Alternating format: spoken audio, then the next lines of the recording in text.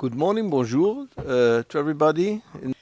Bonjour à tout le monde, toutes les personnes présentes dans le prétoire ainsi que dans la galerie du public, ainsi qu'à l'extérieur du prétoire et de la cour. Nous allons donc poursuivre ce matin et continuer à entendre la présentation de la thèse du procureur.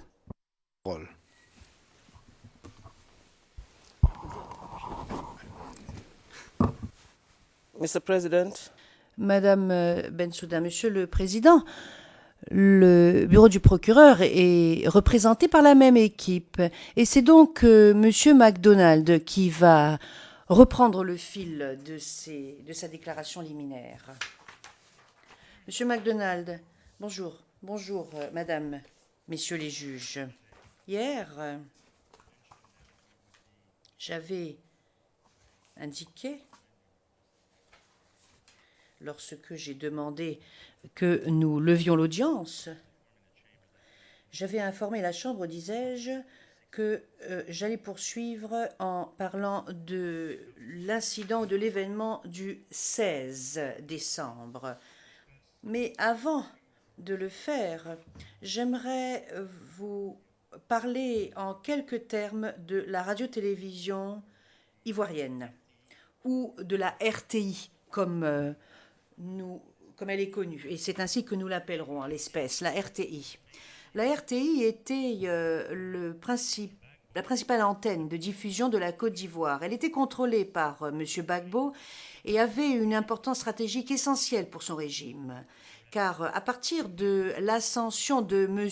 Gbagbo au pouvoir jusqu'à son arrestation, M. Gbagbo, M. Blé Goudé et les autres membres de l'entourage immédiat de M. Gbagbo ont eu recours à la RTI pour diffuser leurs messages.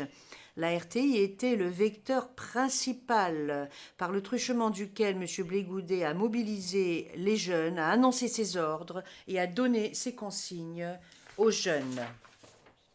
Le camp Ouattara était bien entendu parfaitement conscient du rôle joué par la RTI dans le soutien qu'il apportait au régime de M. Gbagbo, ce qui fait que le nouveau Premier ministre nommé par M. Ouattara, M. Guillaume Soro, a annoncé le 13 décembre 2010 que le gouvernement de M. Ouattara allait se rendre dans les locaux de la RTI à Cocody, et ce afin d'y installer un nouveau directeur. Cela devait se passer le 16 décembre. Alors nous allons maintenant vous montrer des clichés. Et comme vous pouvez le constater, vous voyez où se trouve la RTI sur le cliché que je vous présente. Comme je vous l'ai dit, la RTI se situait dans la commune de Cocody. Le 14 décembre 2010, le gouvernement de M. Ouattara a demandé à ses sympathisants de manifester, et ce de façon pacifique, et de se rendre vers la RTI le 16 décembre. Le régime de M. Gbagbo a réagi. Comme suit: premièrement, des éléments des FDS ont encerclé un blocus, c'est là que se trouvait le gouvernement de M. Ouattara. Deuxièmement, ce même après-midi, M. Blé Goudé a présidé une réunion des dirigeants de la jeunesse à l'hôtel de ville à Cocody, conjointement avec d'autres dirigeants de jeunes. Voilà le message qu'ils ont prononcé: empêcher les manifestants d'atteindre la RTI. Leur objectif consistait à mobiliser les jeunes patriotes et les utiliser pour entraver la manifestation et la marche vers la RTI avec les militaires. Troisièmement, ce même soir, la RTI a diffusé, lors de son bulletin d'information de 20 heures, un entretien avec M. Blé Goudé, qui a déclaré qu'il resterait actif dans son rôle de général de la rue. Il a dit qu'il allait diriger la jeunesse, les actes de la jeunesse, si jamais le pays venait à être menacé, et je vais le citer en français. Vous n'avez pas perdu votre général, je suis général à 100% et puis 100% ministre. Ça veut dire clairement que je travaille à donner de l'emploi aux jeunes, mais en même temps, quand j'aurai le sentiment que mon pays est menacé, qu'on veut déstabiliser mon pays, j'enlève ce costume, je mets ma casquette noire et j'oriente les choses. Que cela soit clair dans l'esprit de tout le monde. Fourth, the following day, Quatrièmement, le jour suivant, le 15 décembre 2010, le porte-parole des FDS a condamné cette marche, et ce, lors du bulletin d'information de la RTI à 13 heures. Et voilà ce qu'il dit.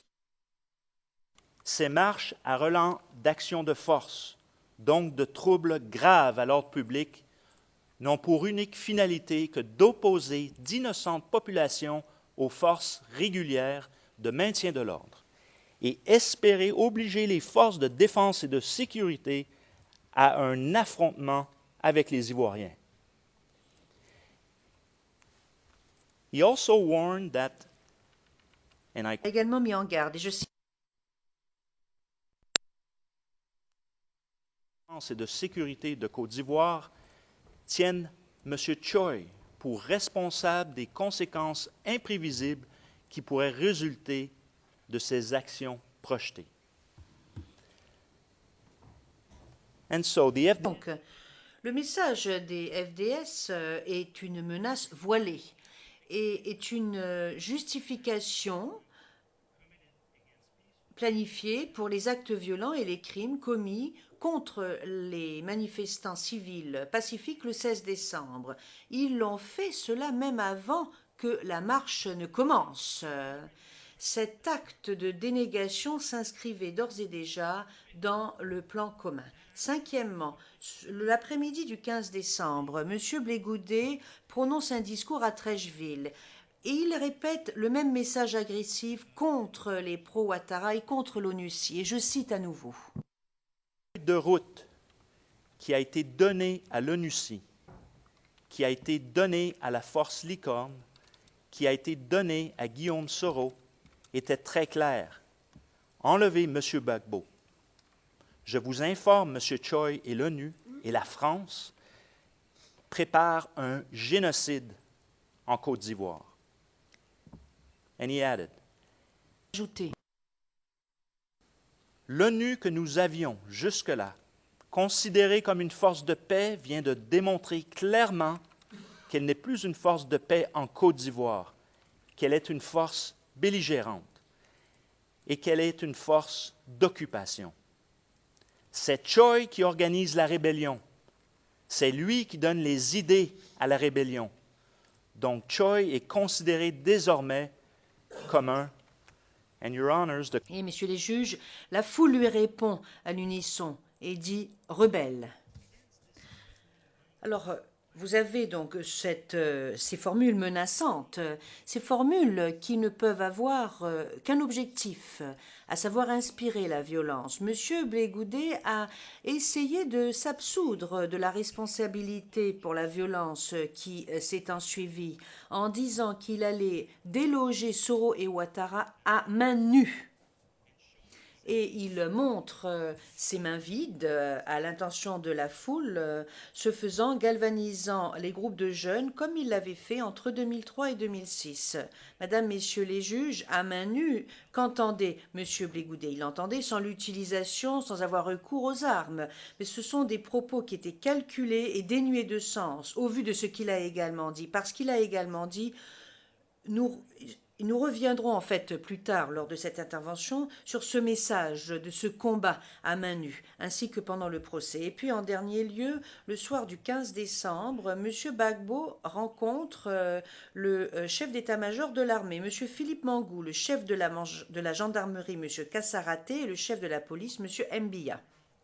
Mesdames, Messieurs les juges, ces efforts coordonnés de la part de messieurs Gbagbo, Blé Goudet et de l'entourage immédiat de monsieur Gbagbo ont abouti à la commission des crimes qui sont reprochés, et ce eu égard au premier événement du 16 décembre. Nous allons maintenant vous montrer un cliché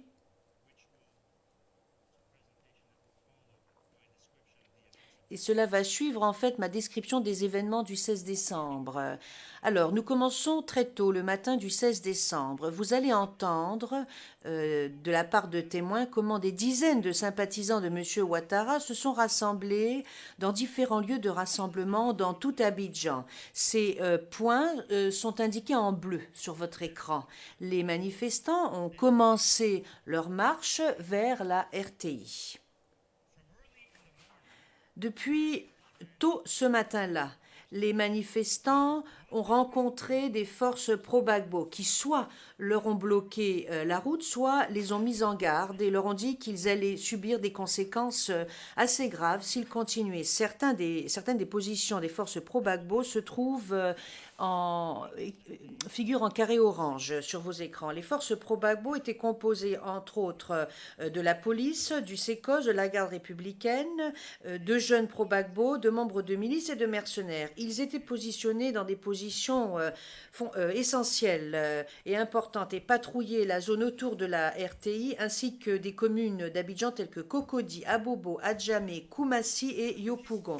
Les forces de pro-Gbagbo ont érigé des points de contrôle au niveau des barrages routiers, le long des axes principaux qui convergeaient vers la RTI afin de contrôler les civils qui ont été arrêtés, roués de coups et détenus pour nombreux. Ils ont également tiré sur la foule qui était composée de civils non armés qui se dirigeaient vers la RTI et cela s'est soldé par des décès et des atteintes à l'intégrité physique très graves. Cette violence est indiquée par les points rouges. À Abobo, où il y avait de nombreux sympathisants qui étaient soupçonnés d'être des sympathisants de pro-Ouattara, et je recommence, à Abobo, où se trouvaient, où résidaient bon nombre de sympathisants de M. Ouattara et où ont eu lieu la réunion. Vous avez donc, cela est indiqué, vous avez également à Adjamé le long des axes principaux tels que l'autoroute d'Abobo et la route du Zo. Et puis il y a différents lieux essentiels importants tels que Williamsville, tels que par exemple le carrefour de Jenny Kobina, ainsi qu'une passerelle aérienne au-dessus de l'autoroute du Nord. Nous allons vous présenter des extraits vidéo pour démontrer les actes des FDS. Nous allons maintenant vous montrer des extraits vidéo des manifestants qui marchent sur cette passerelle au-dessus de l'autoroute du Nord. Et là, vous pourrez entendre des tirs lourds sur cet extrait vidéo. Et vous verrez 2 véhicules du SECOS. Madame, Messieurs les juges, ces manifestants se contentaient tout simplement de montrer leur soutien pour M. Ouattara alors qu'il marchait, lors de cette marche, vers la RTI. Et vous allez voir donc l'arrivée des véhicules du SECOS.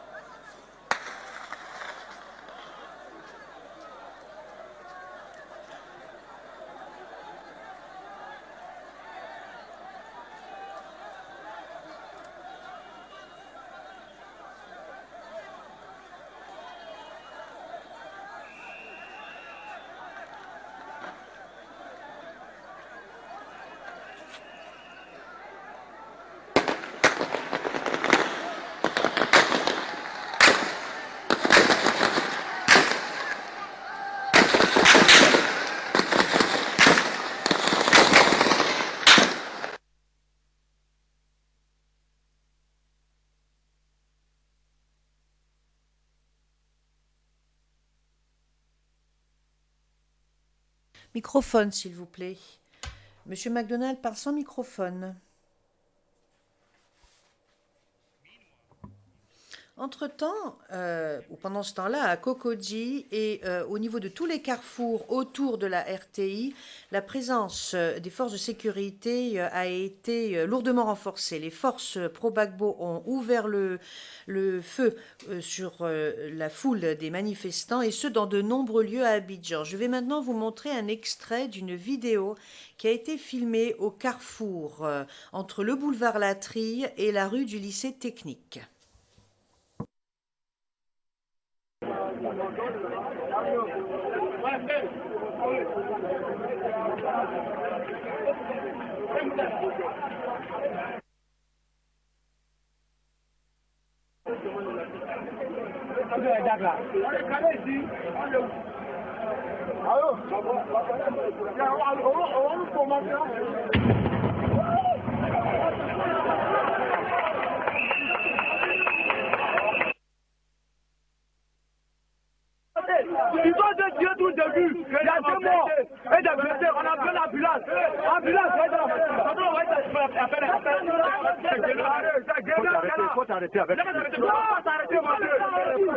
Les personnes, ils ont tué 2 personnes.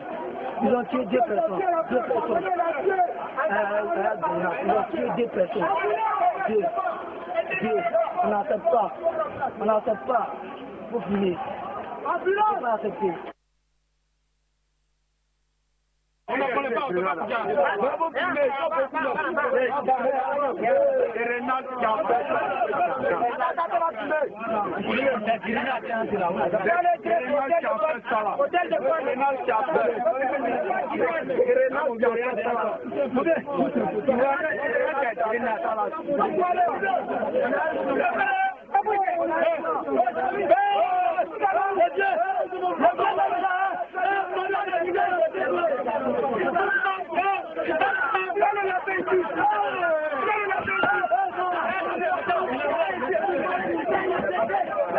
Il est mort.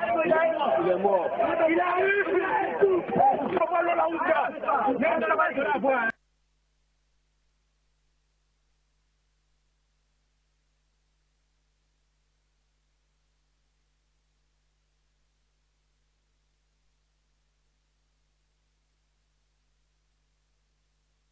As the Comme l'image que vous voyez sur l'écran, est-ce que nous pourrions la voir, cette image, je vous prie? Comme cette image vous le montre, ces crimes, comme ce cliché vous le montre, ces crimes se sont passés dans tout Abidjan le 16 décembre. Vous entendrez également 5 femmes qui ont été arrêtées ce jour-là alors qu'elles se dirigeaient vers la RTI. Et elles vous expliqueront comment elles ont été violées par les forces pro-Gbagbo. Tous ces témoins, à l'exception d'une, ont été détenus pendant des heures en compagnie d'autres victimes. Comme le procureur l'a indiqué dans sa déclaration liminaire, certaines ont subi plusieurs viols, d'autres ont subi des viols collectifs, parfois en présence d'autres. Alors qu'une victime demandait à être épargnée, son violeur lui a dit, et je cite en français, « Président Alassane, de vous venir en aide puisque c'est pour lui que vous marchez. » The violence and La violence et la persécution ont continué les jours qui ont suivi les tueries du 16 décembre, et ce dans différents quartiers d'Abidjan. Mesdames, Messieurs les juges, à ce moment-là, pendant cette période, les FDS ont essuyé des pertes loin du siège de la RTI, lors d'affrontements qui n'avaient rien à voir avec les manifestants. Toutefois, des documents originaux que nous avons saisis se ciblaient sur les pertes essuyées par les FDS et minimisaient les pertes des civils, pertes qui se sont produites ce même jour, et ce dans le contexte des manifestations. Ce même après-midi, M. Gbagbo a réuni son cabinet. Les ministres de l'Intérieur et de la Défense ont tous les deux fait des rapports au sujet de la manifestation et les 2 victimes parmi les FDS. Ce même soir, lors du bulletin d'information de 20 h, la RTI a diffusé des extraits du discours de M. Blé Goudé ainsi que la déclaration des FDS qui avait été déjà diffusée le 15 décembre. Donc le message auquel j'ai fait référence un peu plus tôt ont été à nouveau diffusés ce soir-là lors du bulletin d'information de 20 h. D'après les registres, ce soir-là, M. Gbagbo a reçu également ses collaborateurs les plus proches, M. Blé Goudé, M. Bertin Cadet,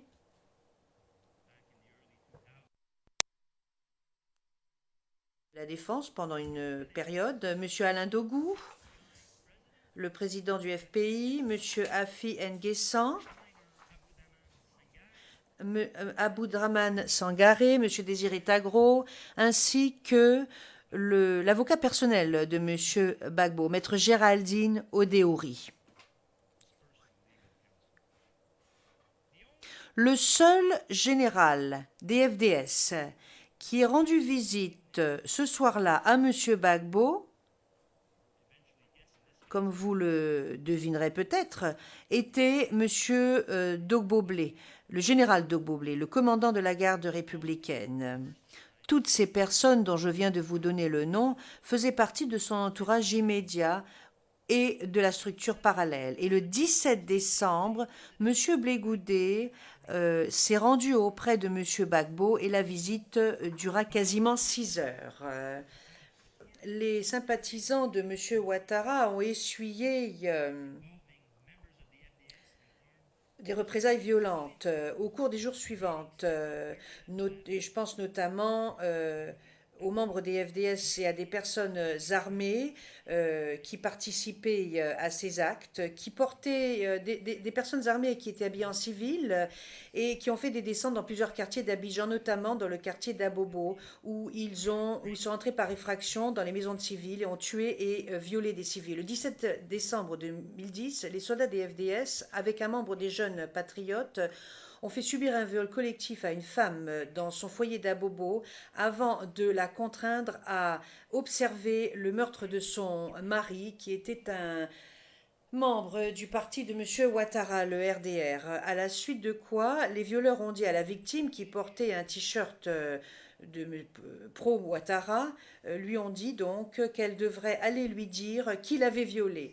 Le 17 et 18 décembre, des membres des FDS, notamment également des membres des CRS, sont entrés dans 4 mosquées à Grand Bassam, à Bobo et à Williamsville, ont tué une personne et ont blessé 29 autres personnes, notamment 14 femmes. Le 18 décembre 2010, à Abobo, environ une dizaine d'officiers de police ont poursuivi et ont enlevé de leur foyer 2 militants du RHDP. Le RHDP est un parti de coalition qui incluait entre autres le RDR de M. Ouattara.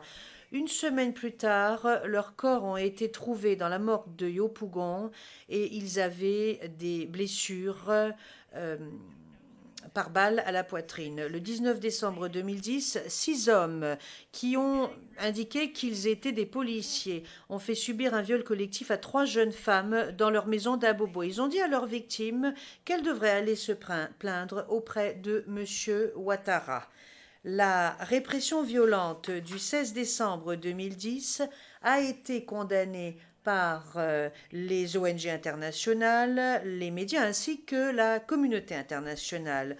Au cours des jours qui ont suivi la manifestation du 16 décembre, M. Gbagbo, M. Blé Goudé et des membres de l'entourage immédiat de M. Gbagbo sont passés à l'offensive, et ce, pour réagir aux critiques de plus en plus importantes qui émanaient des organisations internationales telles que les Nations Unies, la communauté internationale et plus généralement les médias. Pour justifier leurs actions, les accusés, avec leur entourage immédiat, avait pour objectif de convaincre les sympathisants de M. Gbagbo qu'il était bel et bien la personne qui avait légitimement remporté l'élection présidentielle et que toute personne qui ne se ralliait pas à M. Gbagbo était un ennemi de l'État, comme il l'avait fait le 4 décembre 2000. Et j'avais fait référence à cela hier. Il disait également et assenait le fait que la souveraineté de la République de la Côte d'Ivoire courait un risque, que les sympathisants de M. Gbagbo souffraient d'une menace existentielle et une menace existentielle, disais-je. Donc, on leur disait qu'ils allaient faire l'objet d'un génocide et qu'ils devaient se protéger, et la République de la Côte d'Ivoire. Exactement, c'est exactement ce que M. Gbagbo avait dit à Divo en août 2010. Monsieur Blé Goudé a organisé toute une série de rassemblements. Et à partir de ce moment-là, après cet incident, dans les 2 semaines qui ont suivi, des rassemblements ont eu lieu presque chaque jour. Nous en avons les images et on vous montrera les images de ces rassemblements. Entre le 18 et le 21 décembre, M. Gbagbo a eu de grands rassemblements devant de grandes foules dans les différents quartiers d'Abidjan. Et d'autres chefs des jeunes, leaders des jeunes, ou bien d'autres membres de l'entourage immédiat, tels que Konaté Navigué, Idriss Ouattara, Augustin Mian, Serge Kofi ou Madame Geneviève Brault-Grébé, qui était à la tête des femmes patriotes, qui était le côté féminin, le flanc féminin de Blé Goudé, ont prononcé des discours qui n'étaient que le reflet finalement des messages de Blé Goudé, en faisant preuve d'un effort coordonné de mise en œuvre du plan commun. Monsieur Gbagbo et Madame Simone Gbagbo ont fait les mêmes accusations en public contre leurs adversaires. Les FDS et les porte-paroles du gouvernement prenaient régulièrement la parole sur les ondes de la RTI afin de légitimiser leurs actions, les actions des forces armées. Ils démontaient toute responsabilité de la part des forces armées pour quelque crime que ce soit. La presse d'opposition a été fermée. C'est la garde républicaine qui a fait fermer la presse d'opposition. C'était la nuit du 16 au 17 décembre que cela s'est passé. Et le 18 décembre, M. Gbagbo a demandé officiellement, et ce via un communiqué de presse, le départ immédiat des forces des Nations Unies et des forces françaises de Côte d'Ivoire. Le même jour, le 18 décembre, Gbagbo a prononcé son premier discours à la nation depuis qu'il avait été intronisé président. Il a accusé ses adversaires et leur refus à se soumettre aux lois du pays pour le déroulement des troubles en Côte d'Ivoire. Et pendant son discours, il a reconnu qu'au moins 20 personnes étaient mortes lors de la manifestation du 16 décembre. Mais il n'a insisté que sur les 10 membres des FDS qui sont décédés à la même occasion, faisant honneur à leurs souvenirs et les appelant les martyrs de la République, et disant qu'il y avait des éléments qui suscitaient l'insurrection, qui étaient à l'intérieur et à l'extérieur de la Côte d'Ivoire et que tous nous livrent une guerre. Il les accusait des tueries qui avaient eu lieu pendant les manifestations du 16 décembre. Et entre-temps, lors d'un rassemblement à Yopougon, M. Blé Goudé a accusé le président français et les Nations Unies de donner leur appui aux rebelles et les a accusés d'être responsables des événements du 16 décembre. Tout comme M. Gbagbo, M. Blé Goudé a demandé le départ immédiat, lui aussi, des troupes de l'ONU ici et des troupes françaises, en demandant aux jeunes de rester prêts, en stand-by, pour recevoir les ordres qu'ils donneraient en temps voulu.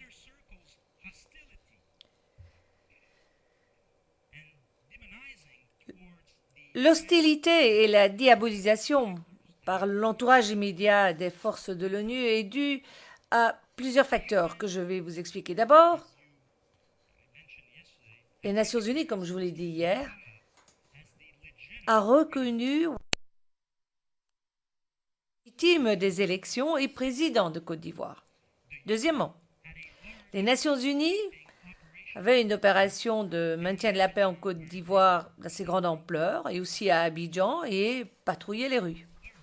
Troisièmement, l'ONUCI avait la capacité de surveiller, faire des enquêtes et rendre compte des événements au fur et à mesure que ceux-ci se déroulaient. Et en fait, le 23 décembre, la division des droits de l'homme de l'ONUCI a présenté un rapport public sur les abus contre les droits de l'homme dans ce pays depuis le 16 décembre. En ce compris 173 cas d'exécution sommaire. Et ça a été démenti en public 2 jours plus tard par le ministère de l'Intérieur. Le 23 décembre, La majorité des organisations internationales ou africaines telles que les Nations Unies, la CEDEAO, l'Union africaine avaient toutes, avant le 23 décembre, en fait, reconnu Ouattara comme le président légitime de la Côte d'Ivoire. Et malgré tout, Gbagbo et son entourage immédiat continuent à condamner ouvertement ceux qui soutenaient Ouattara et à attaquer verbalement ceux qu'il avait reconnus comme président. Le 24 décembre, les leaders de la Communauté économique des États d'Afrique de l'Ouest, la CEDEAO, a fait part de son inquiétude devant la détérioration rapide de la situation, en avançant que si Gbagbo n'acceptait pas les appels qui étaient lancés par la CEDEAO de démissionner, il ne leur resterait aucune autre alternative que de prendre d'autres mesures, en ce compris le recours à la force légitime. Et ça, c'est la CEDEAO qui le dit. Le 28 décembre, les présidents du Bénin, de la Sierra Leone et du Cap-Vert se sont rendus en Côte d'Ivoire et ont rencontré à la fois M. Gbagbo et M. Ouattara.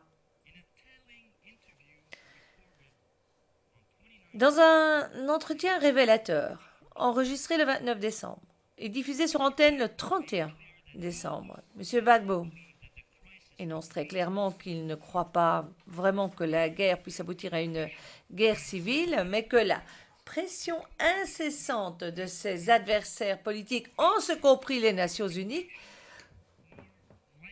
ne fait que augmenter le risque de confrontation. Et je le cite.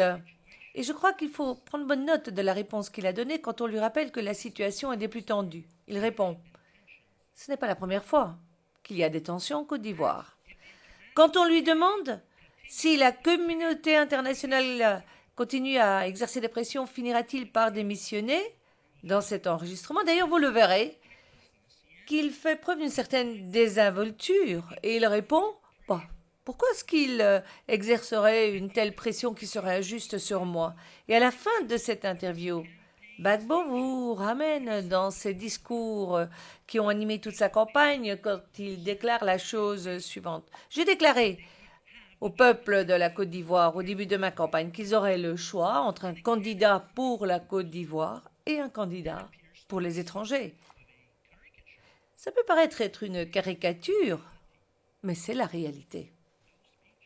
Et ces discours du mois de novembre, ils existent.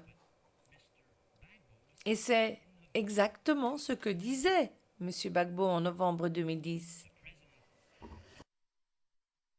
Un président pour la Côte d'Ivoire ou un président pour les étrangers? En fait, tous étaient conscients que les partisans de Ouattara seraient et étaient délibérément persécutés pour des motifs politiques, ethniques, nationaux ou religieux. Et cette interview que nous vous présenterons et que nous verserons au dossier est très révélateur, puisque c'est dans cette interview que l'on a la démonstration que même le 29 décembre, M. Gbagbo n'avait aucune intention, tant s'en faut, de démissionner. Le 29 décembre, M. Blé Godet lance un appel à la jeunesse et aux jeunes pour qu'ils envahissent l'hôtel Golf Hotel à main nue et afin d'en déloger Soro et tous ceux qui y étaient présents. Le 31 décembre 2010, le haut commissaire des Nations Unies pour les droits de l'homme écrit à M. Gbagbo et à plusieurs de ses hauts commandants des forces armées pour les informer de leurs obligations à la lumière des droits de l'homme internationaux et du droit humanitaire. Et vous avez ici à l'écran une de ces lettres qui a été envoyée à l'un d'entre eux et que l'on a retrouvée à la résidence de M. Gbagbo. C'était un courrier envoyé à M. Blé Dogbo. Et M. Gbagbo n'a jamais, à aucun moment, fait quelques tentatives, tant soit peu sérieuses, soit de condamner publiquement ces crimes, de procéder à des enquêtes, de façon à retrouver ceux qui étaient responsables.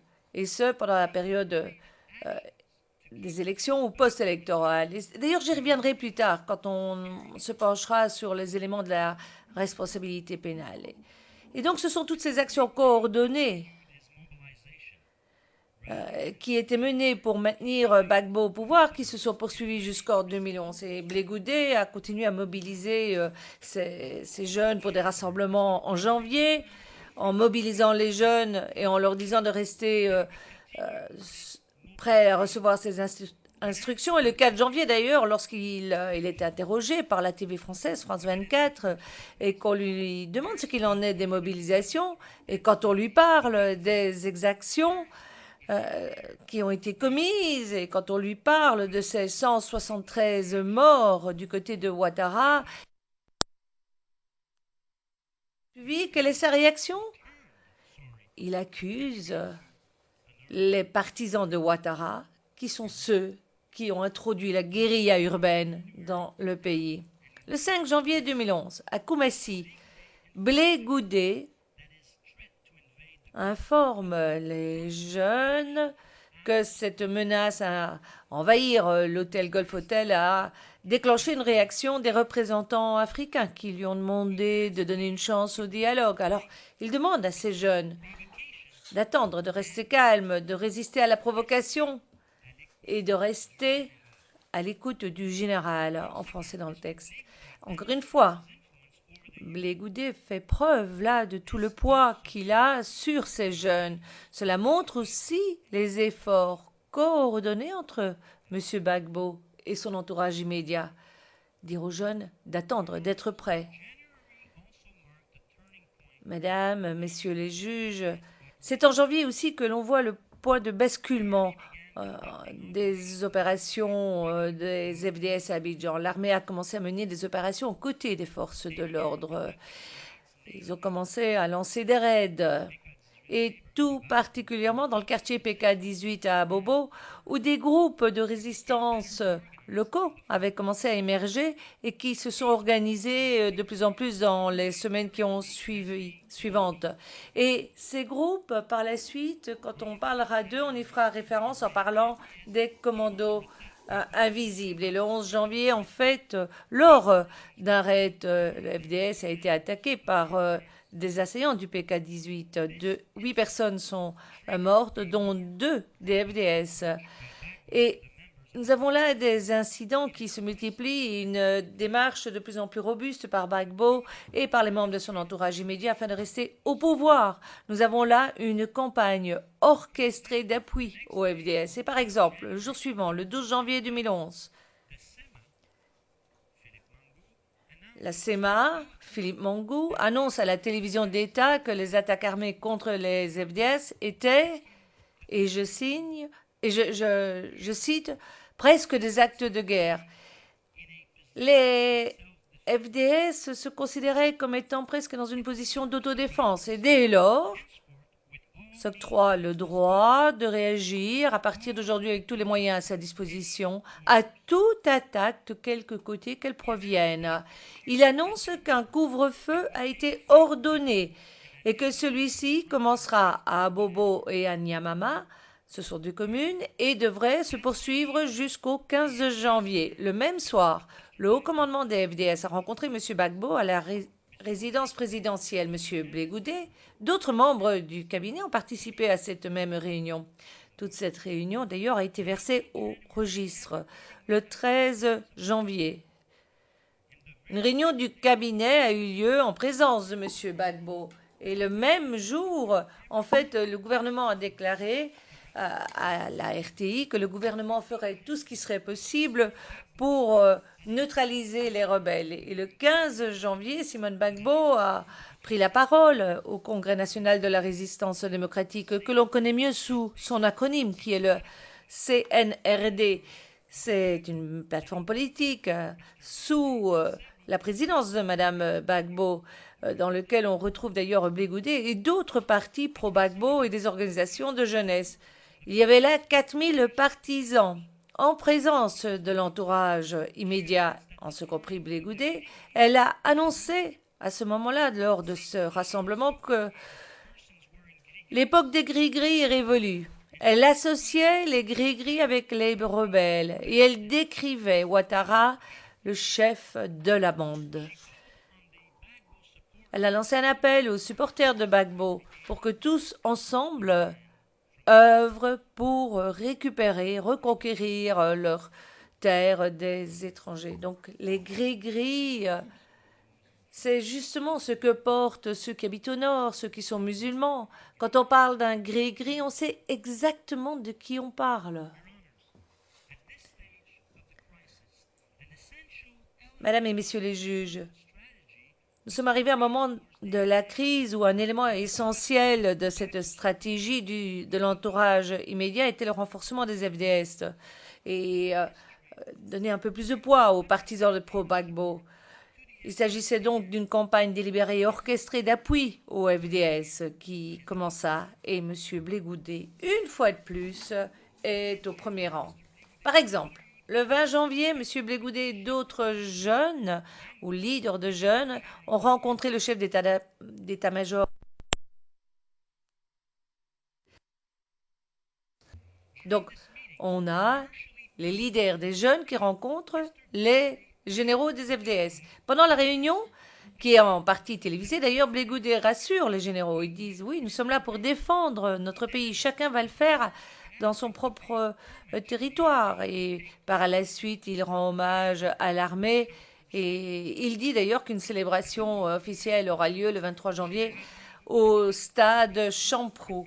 À la fin de cette réunion, le général Mongou s'adresse à la presse, flanqué de Blé Goudé et de ses généraux. Il déclare « Les FDS sont prêtes à se battre, prêtes à mourir pour défendre les institutions de la République. » Et le 21 janvier, à savoir le lendemain, quelques 2000 jeunes excités se sont réunis au quartier général de l'armée en demandant de pouvoir s'enrôler dans l'armée. Et le général Mongou a insisté sur le message en disant « Nous ne permettrons pas à des personnes extérieures de nous imposer quelque loi que ce soit. » Et il a ajouté « Si pour y arriver, il faut se battre à mort, c'est ce que nous ferons. » Le 22 janvier, le jour suivant, environ 500 jeunes de Yopougon se rassemblent à l'extérieur de la résidence de Blé Goudé à Yopougon pour lui montrer qu'ils sont prêts à rejoindre les forces armées. Et je cite ici. Je cite ces jeunes. Pour lui dire, nous sommes prêts. Nous sommes prêts pour aller dans l'armée afin de défendre la mère patrie, parce que nous sommes fatigués d'être agressés inutilement. À l'extérieur de sa résidence, Blé Goudé a confirmé sa position d'autorité sur ces jeunes et le rôle qu'il avait en orientant leurs actions et en réassurant que la SEMA était là pour appuyer ces jeunes. Et je le cite. Être de notre armée pour qu'ils comprennent qu'il n'est pas seul et que derrière, il y a une jeunesse qui est prête. Et ce jour-là, dans l'après-midi, Blé Goudé rencontre une fois de plus M. Gbagbo et le ministre de la Défense, Alain Dogou, à la résidence présidentielle. Le 23 janvier, au rassemblement de Champrou, le général de la rue, Blé Goudé, et le général des FDS, M. Philippe Mongou, et ce, en présence d'autres hauts gradés des FDS, ont pris la parole pour renouveler leur engagement de loyauté envers M. Gbagbo, rassurer la foule que l'armée n'allait pas lancer un coup d'État. Et M. Blé Goudé a déclaré au général Mongou que les jeunes étaient là pour lui, à sa disposition. The two generals together on a stage. Les deux généraux étaient tous les deux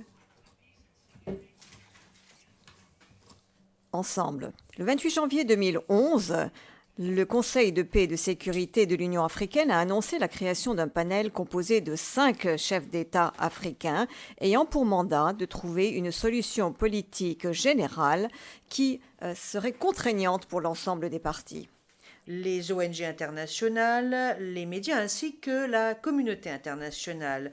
Au cours des jours qui ont suivi la manifestation du 16 décembre, M. Gbagbo, M. Blegoudé et des membres de l'entourage immédiat de M. Gbagbo sont passés à l'offensive, et ce, pour réagir aux critiques de plus en plus importantes qui émanaient des organisations internationales telles que les Nations Unies, la communauté internationale et plus généralement les médias. Pour justifier leurs actions, les accusés, avec leur entourage immédiat, avait pour objectif de convaincre les sympathisants de M. Gbagbo qu'il était bel et bien la personne qui avait légitimement remporté l'élection présidentielle et que toute personne qui ne se ralliait pas à M. Gbagbo était un ennemi de l'État, comme il l'avait fait le 4 décembre 2000. Et j'avais fait référence à cela hier. Il disait également et asséner le fait que la souveraineté de la République de la Côte d'Ivoire courait un risque, que les sympathisants de M. Gbagbo souffraient d'une menace existentielle et une menace existentielle, disais-je.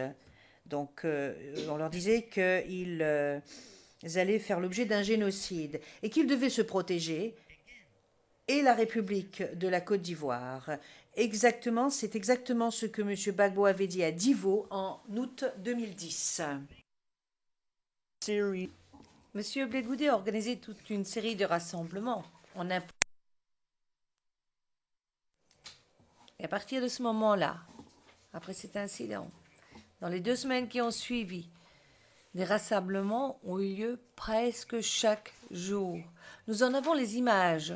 Et on vous montrera les images de ces rassemblements. Entre le 18 et le 21 décembre,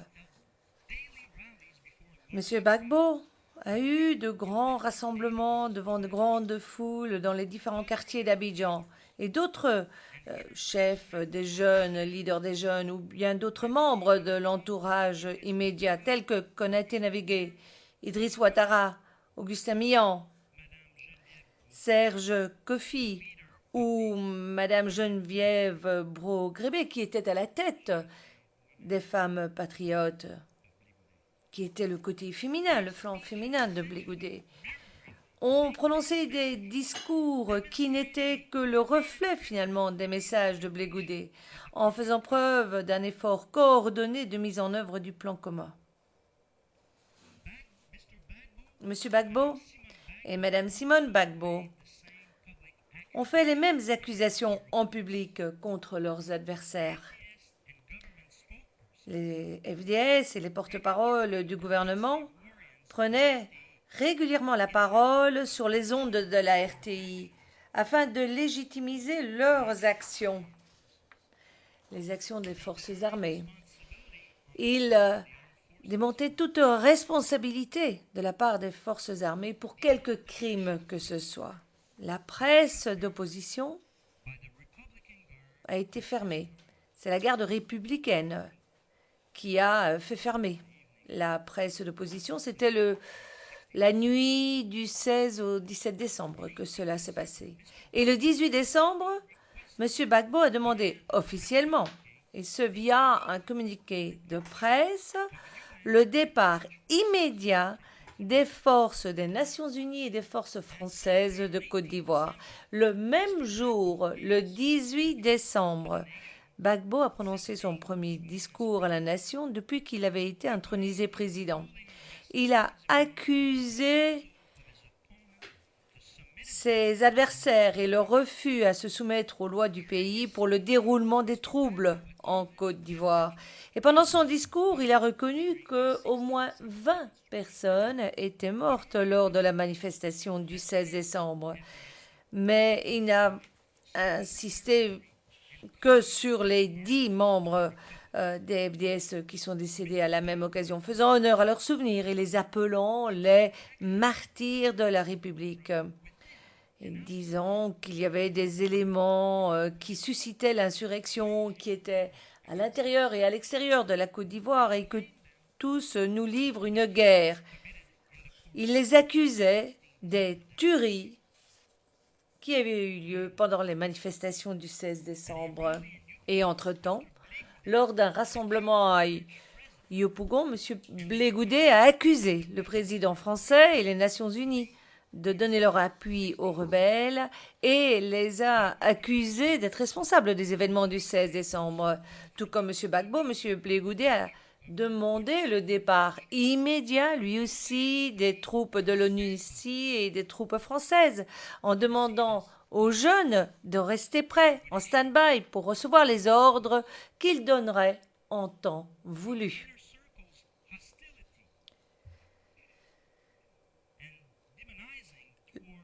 L'hostilité et la diabolisation par l'entourage immédiat des forces de l'ONU est due à plusieurs facteurs que je vais vous expliquer. D'abord, les Nations Unies, comme je vous l'ai dit hier, a reconnu légitime des élections et président de Côte d'Ivoire. Deuxièmement, les Nations Unies avaient une opération de maintien de la paix en Côte d'Ivoire d'assez grande ampleur et aussi à Abidjan et patrouillaient les rues. Troisièmement, l'ONUCI avait la capacité de surveiller, faire des enquêtes et rendre compte des événements au fur et à mesure que ceux-ci se déroulaient. Et en fait, le 23 décembre, la division des droits de l'homme de l'ONUCI a présenté un rapport public sur les abus contre les droits de l'homme dans ce pays depuis le 16 décembre. En ce compris 173 cas d'exécution sommaire. Et ça a été démenti en public 2 jours plus tard par le ministère de l'Intérieur. Le 23 décembre, la majorité des organisations internationales ou africaines telles que les Nations Unies, la CEDEAO, l'Union africaine avaient toutes, avant le 23 décembre, en fait, reconnu Ouattara comme le président légitime de la Côte d'Ivoire. Et malgré tout, Gbagbo et son entourage immédiat continuent à condamner ouvertement ceux qui soutenaient Ouattara et à attaquer verbalement ceux qu'il avait reconnus comme président. Le 24 décembre. Good morning, bonjour to everybody. Bonjour à tout le monde, toutes les personnes présentes dans le prétoire ainsi que dans la galerie du public, ainsi qu'à l'extérieur du prétoire et de la cour. Nous allons donc poursuivre ce matin et continuer à entendre la présentation de la thèse du procureur.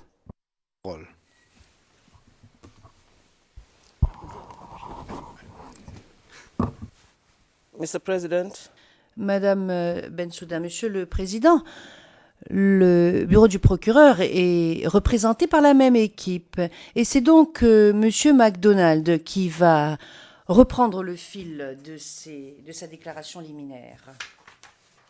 Monsieur MacDonald, bonjour. Bonjour, Madame, Messieurs les juges. Hier, j'avais indiqué,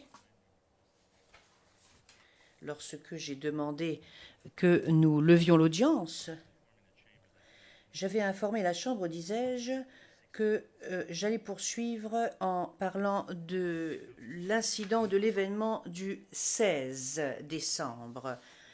Mais avant de le faire, j'aimerais vous parler en quelques termes de la radio-télévision ivoirienne, ou de la RTI, comme elle est connue. Et c'est ainsi que nous l'appellerons en l'espèce, la RTI. La RTI était la principale antenne de diffusion de la Côte d'Ivoire. Elle était contrôlée par M. Gbagbo et avait une importance stratégique essentielle pour son régime. car à partir de l'ascension de M. Gbagbo au pouvoir jusqu'à son arrestation, M. Gbagbo, M. Blé Goudé et les autres membres de l'entourage immédiat de M. Gbagbo ont eu recours à la RTI pour diffuser leur message. La RTI était le vecteur principal par le truchement duquel M. Blé Goudé a mobilisé les jeunes, a annoncé ses ordres et a donné ses consignes aux jeunes. Le camp Ouattara était bien entendu parfaitement conscient du rôle joué par la RTI dans le soutien qu'il apportait au régime de M. Gbagbo, ce qui fait que le nouveau Premier ministre nommé par M. Ouattara, M. Guillaume Soro, a annoncé le 13 décembre 2010 que le gouvernement de M. Ouattara allait se rendre dans les locaux de la RTI à Cocody, et ce afin d'y installer un nouveau directeur. Cela devait se passer le 16 décembre. Alors nous allons maintenant vous montrer des clichés. Et comme vous pouvez le constater, vous voyez où se trouve la RTI sur le cliché que je vous présente. Comme je vous l'ai dit, la RTI se situait dans la commune de Cocody. Le 14 décembre 2010, le gouvernement de M. Ouattara a demandé à ses sympathisants de manifester, et ce de façon pacifique, et de se rendre vers la RTI le 16 décembre. Le régime de M. Gbagbo a réagi. Comme suit: premièrement, des éléments des FDS ont encerclé un blocus, c'est là que se trouvait le gouvernement de M. Ouattara. Deuxièmement, ce même après-midi, M. Blé Goudé a présidé une réunion des dirigeants de la jeunesse à l'hôtel de ville à Cocody, conjointement avec d'autres dirigeants de jeunes. Voilà le message qu'ils ont prononcé: empêcher les manifestants d'atteindre la RTI. Leur objectif consistait à mobiliser les jeunes patriotes et les utiliser pour entraver la manifestation et la marche vers la RTI avec les militaires. Troisièmement, ce même soir, la RTI a diffusé, lors de son bulletin d'information de 20h, un entretien avec M. Blé Goudé, qui a déclaré qu'il resterait actif dans son rôle de général de la rue. Il a dit qu'il allait diriger la jeunesse, les actes de la jeunesse, si jamais le pays venait à être menacé, et je vais le citer en français. Vous n'avez pas perdu votre général, je suis général à 100% et puis 100% ministre. Ça veut dire clairement que je travaille à donner de l'emploi aux jeunes, mais en même temps, quand j'aurai le sentiment que mon pays est menacé, qu'on veut déstabiliser mon pays, j'enlève ce costume, je mets ma casquette noire et j'oriente les choses.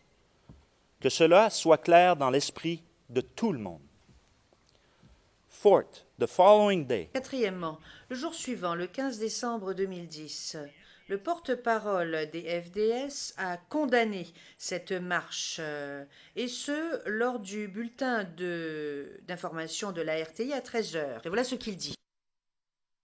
Ces marches à relents d'action de force, donc de troubles graves à l'ordre public, n'ont pour unique finalité que d'opposer d'innocentes populations aux forces régulières de maintien de l'ordre et espérer obliger les forces de défense et de sécurité à un affrontement avec les Ivoiriens. He also warned that, and I A également mis en garde, et je cite, et de sécurité de Côte d'Ivoire tiennent M. Choi pour responsable des conséquences imprévisibles qui pourraient résulter de ces actions projetées. And so the FDS donc, le message des FDS est une menace voilée et est une justification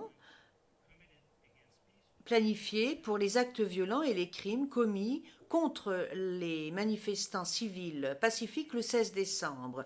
Ils l'ont fait cela même avant que la marche ne commence. Cet acte de dénégation s'inscrivait d'ores et déjà dans le plan commun. Cinquièmement, l'après-midi du 15 décembre, M. Blé Goudé prononce un discours à Trècheville. Et il répète le même message agressif contre les pro-Ouattara et contre l'ONUCI. Et je cite à nouveau. de route qui a été donnée à l'ONUCI, qui a été donnée à la Force Licorne, qui a été donnée à Guillaume Soro, était très claire. Enlevez M. Gbagbo. Je vous informe, M. Choi et l'ONU et la France préparent un génocide en Côte d'Ivoire. And he added, Ajouté. l'ONU que nous avions jusque-là considérée comme une force de paix vient de démontrer clairement qu'elle n'est plus une force de paix en Côte d'Ivoire, qu'elle est une force belligérante et qu'elle est une force d'occupation. C'est Choi qui organise la rébellion. Les gens, ils ont tué 2 personnes. Ils ont tué 2 personnes. 2 personnes. Ils ont tué 2 personnes. 2. On n'accepte pas. On n'accepte pas. Il faut finir. On ne peut pas accepter. On ne connaît pas.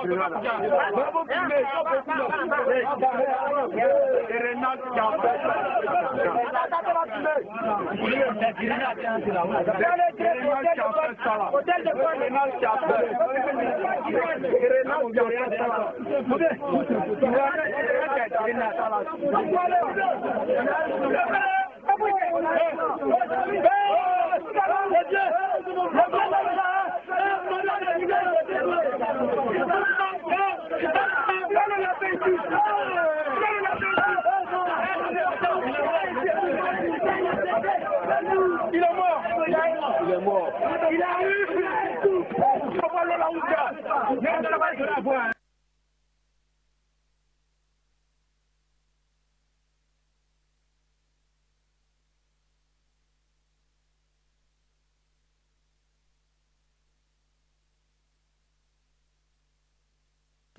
As the Comme l'image que vous voyez sur l'écran, est-ce que nous pourrions la voir, cette image, je vous prie? Comme cette image vous le montre, ces crimes, comme ce cliché vous le montre, ces crimes se sont passés dans tout Abidjan le 16 décembre. Vous entendrez également 5 femmes qui ont été arrêtées ce jour-là, alors qu'elles se dirigeaient vers la RTI. Et elles vous expliqueront comment elles ont été violées par les forces pro-Gbagbo. Tous ces témoins, à l'exception d'une, ont été détenus pendant des heures en compagnie d'autres victimes. Comme le procureur l'a indiqué dans sa déclaration liminaire, certaines ont subi plusieurs viols, d'autres ont subi des viols collectifs, parfois en présence d'autres.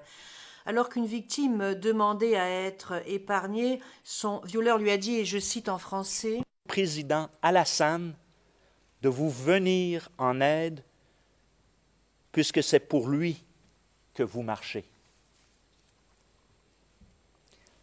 The violence and La violence et la persécution ont continué les jours qui ont suivi les tueries du 16 décembre, et ce dans différents quartiers d'Abidjan.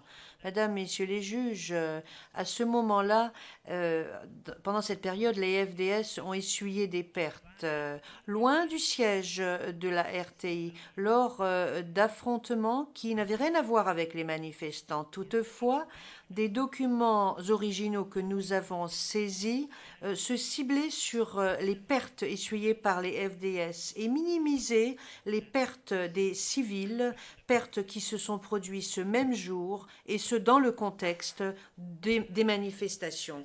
Ce même après-midi, M. Gbagbo a réuni son cabinet. Les ministres de l'Intérieur et de la Défense ont tous les deux fait des rapports au sujet de la manifestation et les 2 victimes parmi les FDS. Ce même soir, lors du bulletin d'information de 20 h, la RTI a diffusé des extraits du discours de M. Blé-Goudé ainsi que la déclaration des FDS qui avait été déjà diffusée le 15 décembre. Donc le message auquel j'ai fait référence un peu plus tôt ont été à nouveau diffusés ce soir-là lors du bulletin d'information de 20 h. D'après les registres, ce soir-là, M. Gbagbo a reçu également ses collaborateurs les plus proches, M. Blégoudet, M. Bertin Cadet,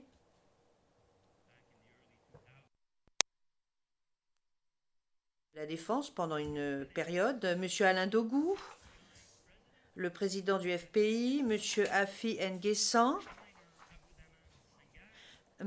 Aboudraman Sangaré, M. Désiré Tagro, ainsi que l'avocat personnel de M. Gbagbo, Maître Géraldine Odéouri. Le seul général des FDS qui ait rendu visite ce soir-là à M. Gbagbo, comme vous le devinerez peut-être, était M. Dogboblé, le général Dogboblé, le commandant de la garde républicaine. Toutes ces personnes dont je viens de vous donner le nom faisaient partie de son entourage immédiat et de la structure parallèle. Et le 17 décembre, M. Blégoudet s'est rendu auprès de M. Gbagbo et la visite dura quasiment 6 heures. Les sympathisants de M. Ouattara ont essuyé des représailles violentes au cours des jours suivants. Et je pense notamment aux membres des FDS et à des personnes armées qui participaient à ces actes, qui portaient des personnes armées qui étaient habillées en civil et qui ont fait des descentes dans plusieurs quartiers d'Abidjan, notamment dans le quartier d'Abobo, où ils sont entrés par effraction dans les maisons de civils et ont tué et violé des civils. Le 17 décembre 2010, les soldats des FDS, avec un membre des jeunes patriotes, ont fait subir un viol collectif à une femme dans son foyer d'Abobo avant de la contraindre à observer le meurtre de son mari, qui était un membre du parti de M. Ouattara, le RDR. À la suite de quoi, les violeurs ont dit à la victime, qui portait un t-shirt pro-Ouattara, lui ont dit donc qu'elle devrait aller lui dire qui l'avait violée. Le 17 et 18 décembre, des membres des FDS, notamment également des membres des CRS, sont entrés dans 4 mosquées à Grand Bassam, à Bobo et à Williamsville, ont tué une personne et ont blessé 29 autres personnes, notamment 14 femmes. Le 18 décembre 2010, à Abobo, environ une dizaine d'officiers de police ont poursuivi et ont enlevé de leur foyer 2 militants du RHDP. Le RHDP est un parti de coalition qui incluait entre autres le RDR de M. Ouattara. Une semaine plus tard, leurs corps ont été trouvés dans la morgue de Yopougon et ils avaient des blessures par balle à la poitrine. Le 19 décembre 2010, 6 hommes qui ont indiqué qu'ils étaient des policiers ont fait subir un viol collectif à 3 jeunes femmes dans leur maison d'Abobo. Ils ont dit à leurs victimes qu'elles devraient aller se plaindre auprès de M. Ouattara. La répression violente du 16 décembre 2010 a été condamnée par... Rébellion. C'est lui qui donne les idées à la rébellion. Donc, Choi est considéré désormais comme un... And your honors, Et, messieurs les juges, la foule lui répond à l'unisson et dit « rebelle ». Alors... Vous avez donc ces formules menaçantes, ces formules qui ne peuvent avoir qu'un objectif, à savoir inspirer la violence. Monsieur Blégoudet a essayé de s'absoudre de la responsabilité pour la violence qui s'est ensuivie en disant qu'il allait déloger Soro et Ouattara à main nue. Et il montre ses mains vides à l'intention de la foule, ce faisant galvanisant les groupes de jeunes comme il l'avait fait entre 2003 et 2006. Madame, Messieurs les juges, à main nue, qu'entendait M. Blégoudet? Il entendait sans l'utilisation, sans avoir recours aux armes. Mais ce sont des propos qui étaient calculés et dénués de sens, au vu de ce qu'il a également dit. Parce qu'il a également dit... Nous reviendrons en fait plus tard lors de cette intervention sur ce message de ce combat à main nue, ainsi que pendant le procès. Et puis en dernier lieu, le soir du 15 décembre, M. Gbagbo rencontre le chef d'état-major de l'armée, M. Philippe Mangou, le chef de la gendarmerie, M. Kassaraté, et le chef de la police, M. Mbiya. Mesdames, Messieurs les juges, ces efforts coordonnée de la part de messieurs Gbagbo, Blé-Goudé et de l'entourage immédiat de monsieur Gbagbo ont abouti à la commission des crimes qui sont reprochés, et ce eu égard au premier événement du 16 décembre. Nous allons maintenant vous montrer un cliché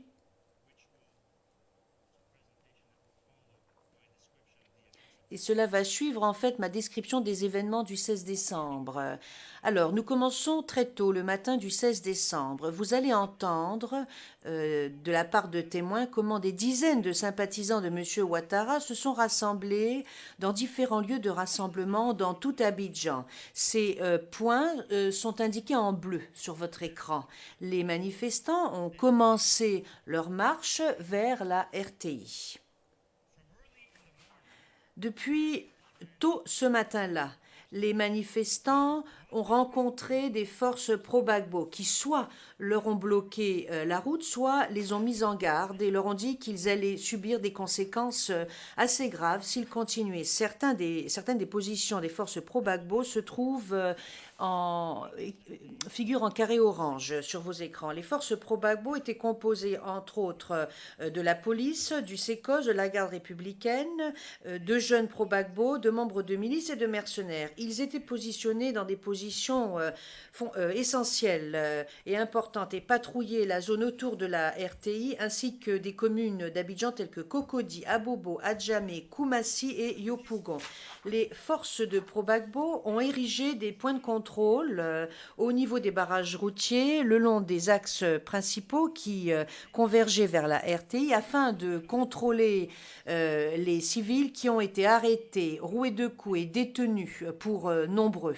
Ils ont également tiré sur la foule qui était composée de civils non armés qui se dirigeaient vers la RTI, et cela s'est soldé par des décès et des atteintes à l'intégrité physique très graves. Cette violence est indiquée par les points rouges. À Abobo, où il y avait de nombreux sympathisants qui étaient soupçonnés d'être des sympathisants de pro-Ouattara, et je recommence. À Abobo, où se trouvaient, où résidaient bon nombre de sympathisants de M. Ouattara et où ont eu lieu la réunion. Vous avez donc, cela est indiqué, vous avez également à Adjamé le long des axes principaux tels que l'autoroute d'Abobo et la route du Zoo.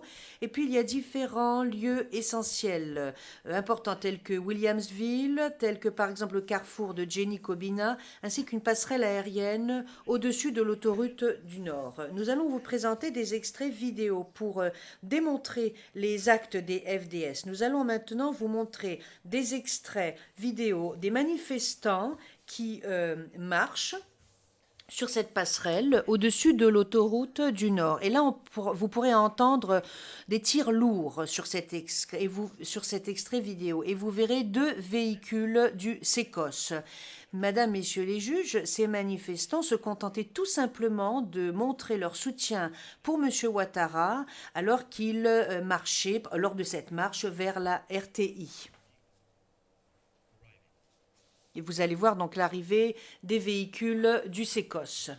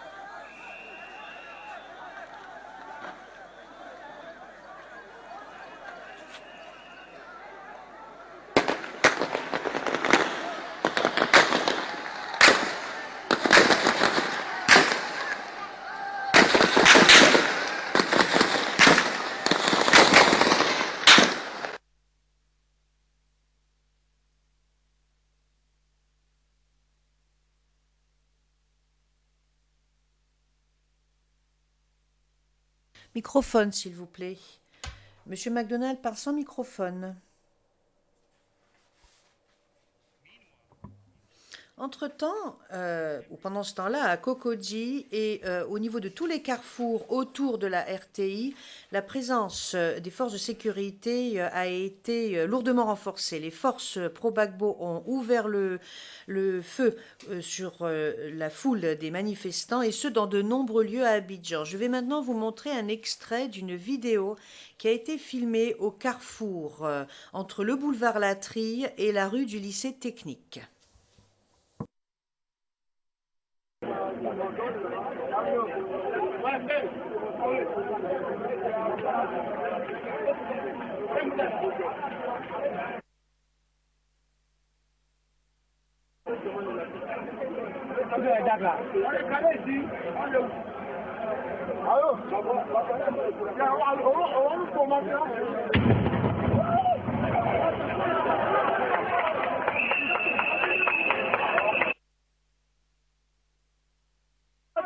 Ils ont tué tout le début. Il y a 2 morts.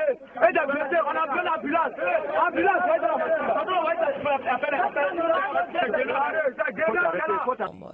Les leaders de la Communauté économique des États d'Afrique de l'Ouest, la CEDEAO, a fait part de son inquiétude devant la détérioration rapide de la situation, en avançant que si Gbagbo n'acceptait pas les appels qui étaient lancés par la CEDEAO de démissionner, il ne leur resterait aucune autre alternative que de prendre d'autres mesures, en ce compris le recours à la force légitime. Et ça, c'est la CEDEAO qui le dit. Le 28 décembre, les présidents du Bénin, de la Sierra Leone et du Cap-Vert se sont rendus en Côte d'Ivoire et ont rencontré à la fois M. Gbagbo et M. Ouattara. Dans un entretien révélateur, enregistré le 29 décembre et diffusé sur antenne le 31 décembre, M. Gbagbo énonce très clairement qu'il ne croit pas vraiment que la guerre puisse aboutir à une guerre civile, mais que la pression incessante de ses adversaires politiques, en ce compris les Nations Unies, ne fait que augmenter le risque de confrontation. Et je le cite. Et je crois qu'il faut prendre bonne note de la réponse qu'il a donnée quand on lui rappelle que la situation est des plus tendues. Il répond « Ce n'est pas la première fois qu'il y a des tensions en Côte d'Ivoire. » Quand on lui demande si la communauté internationale continue à exercer des pressions, finira-t-il par démissionner?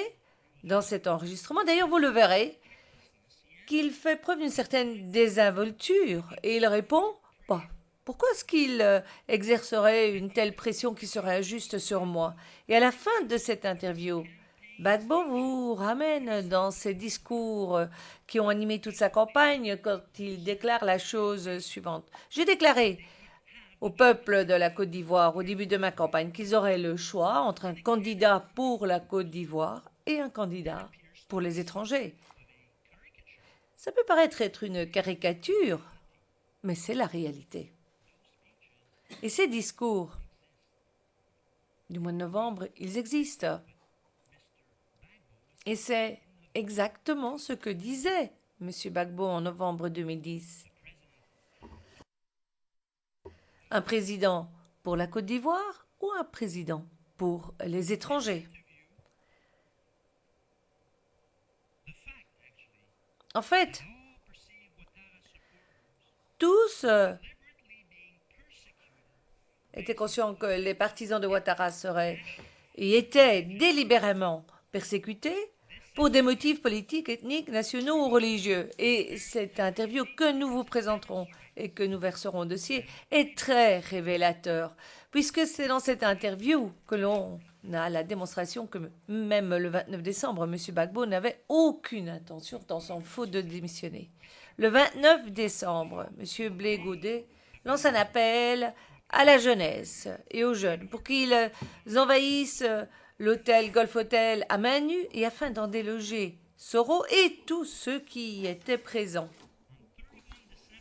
Le 31 décembre 2010, le haut commissaire des Nations Unies pour les droits de l'homme écrit à M. Gbagbo et à plusieurs de ses hauts commandants des forces armées pour les informer de leurs obligations à la lumière des droits de l'homme internationaux et du droit humanitaire.